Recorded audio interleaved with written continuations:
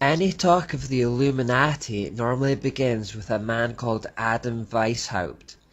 Adam Weishaupt was born on February the 6th, 1748, in Bavaria, Germany. At the age of 7 he enrolled in a Jesuit school, and the occult ideas that were taught to him from that young age stuck with him for the rest of his life, helping to form his worldview and ideologies.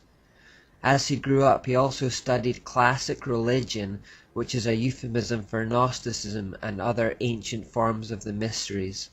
Thus, by the time Weishaupt reached adult maturity, he was very well versed in the occult.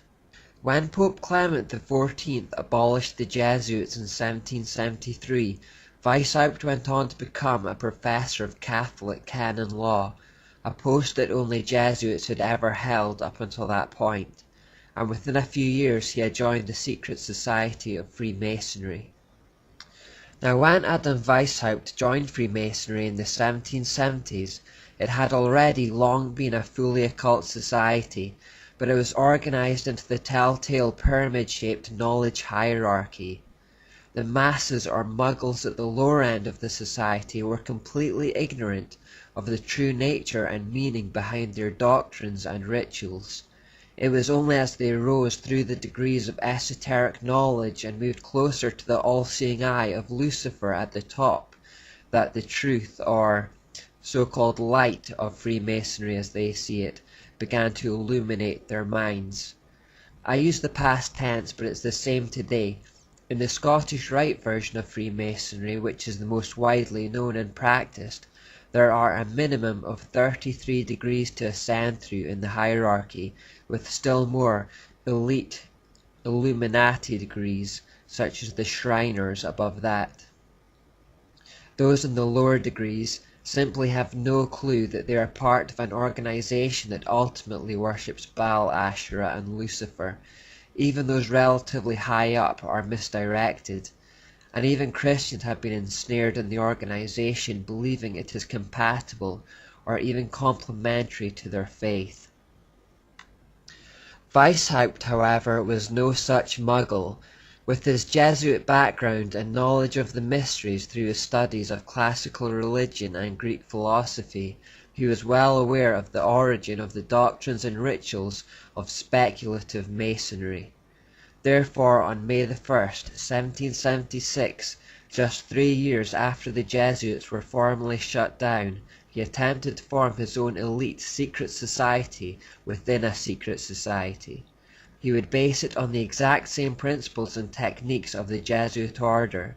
He would try, and largely fail, to recruit ex-Jesuits as initiates, and would call this order the Order of Perfectibilists. In time, they became more famously known as Ordo Illuminati Bavarensis, or the Illuminati for short. The Illuminati means the Enlightened Ones. These were to be an elite group made up of only those at the top of the Freemasons' pyramid. They prided themselves on their intellectual superiority and depth of insight over the average man, whether Freemason or not. Incidentally, Weishaupt's name literally translates as the man to lead those who know. The word Adam means man, the word Weiss means to know, and Haupt means leader. The Illuminati were basically the Jesuits reincarnated under a deist or secular guise. When Weishaupt approached ex-Jesuits to join the order, he baited them with the promise that they would recover the influence which they had formerly possessed. He imbued the Illuminati with the exact same ideas that had pervaded the Jesuit order, those characteristics we associate with Jezebel or Asherah. Like the Jesuits, the aim of the Illuminati was nothing less than complete power and control. Most worryingly of all, they retained the core mantra that would justify any number of atrocities, that the end justifies the means. The end, in the case of the Illuminati, was the complete destruction of all Christianity, the overturn of all monarchies, and the creation of a new world order. The deists, Freemasons, and Illuminists recognized that kings and queens derived their temporal authority from the spiritual authority of the Pope, and that he effectively controlled monarchies from behind the scenes, just as Nimrod and Semiramis maintained control of their empire through perceived religious authority. Monarchs in Europe looked for the same kind of confirmation from popes to maintain control of their own lands. Their rule was not legitimate unless the Pope said so. Therefore, in the eyes of the populace, there was this inextricable link between monarchies and the corrupt Catholic religious system, and it was this joining of the church and the state, the temporal and spiritual, that had brought so much oppression and wickedness.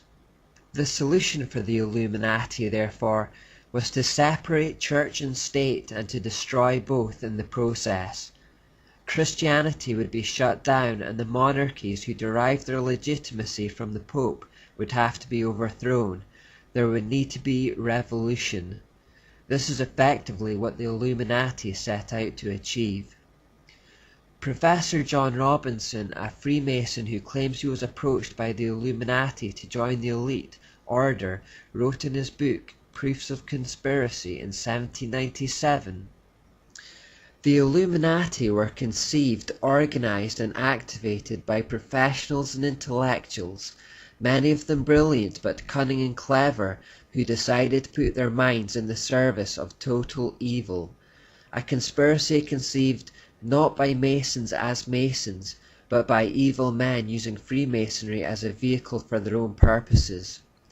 I have found that the cover of a Masonic lodge has been employed in every country for venting and propagating sentiments in religion and politics that could not have circulated in public without exposing the author to great danger. I found that this impunity has gradually encouraged men of licentious principles to become more bold and to teach doctrines subversive of all our confidence in the moral government of the universe. I have been able to trace these attempts made under the specious pretext of enlightening the world by the torch of philosophy. I have observed these doctrines gradually diffusing and mixing with all the different systems of Freemasonry till, at last, an association has been formed for the express purpose of rooting out all the religious establishments and overturning all the existing governments of Europe. The primary goal of the Illuminist is to get the possession of riches, power and influence without industry, and to accomplish this they want to abolish Christianity, and then universal profligacy will procure them the adherence of all the wicked and enable them to overturn all the civil governments of Europe, after which they will think of farther conquests and extend their operations to the other quarters of the globe. Just a quick interjection to point out the important statement made that abolishing Christianity would lead to universal profligacy. This is still true today. The spiritual temperature of a city, nation, and continent largely depends on the spiritual temperature of the Christian Church. If we find our culture falling into wickedness, it is probably because our churches are failing. While just our mere presence on the earth is slowing the rate of decay and acting as a barrier to Satan, we have been told to be salt and light. How salty we are will preserve morals and standards in our society, and how brightly we shine will determine the kind of place we live in. We need to shake off apathy and fear and learn how to be both salt and light again today. John Robinson then goes further, explaining, "An association has been formed for the express purposes of rooting out all the religious establishments and overturning all existing governments. The leaders would rule the world with uncontrollable power, while all the rest would be employed as tools of the ambition of their unknown superiors." Robinson is describing an occult hierarchy here, a few elite, illuminated ones ruling over a mass of muggles, except this time it's on a global scale. Weishaupt was well aware that Freemasonry was the perfect vehicle for the Illuminati simply because of its secrecy. He says, The great strength of our order lies in its concealment. Let it never appear in any place in its own name, but always concealed by another name and another occupation. None is fitter than the lower degrees of Freemasonry. The public is accustomed to it, expects little from it, and therefore takes little notice of it. Next to this, the form of a learned or literary society is best suited to our purpose, and had Freemasonry not existed, this cover would have been employed. Freemasonry was chosen because the public already knew about it and thought it harmless. Its origins as a trade union for craftsmen meant the average person thought nothing of it, and this was the perfect cloak of cover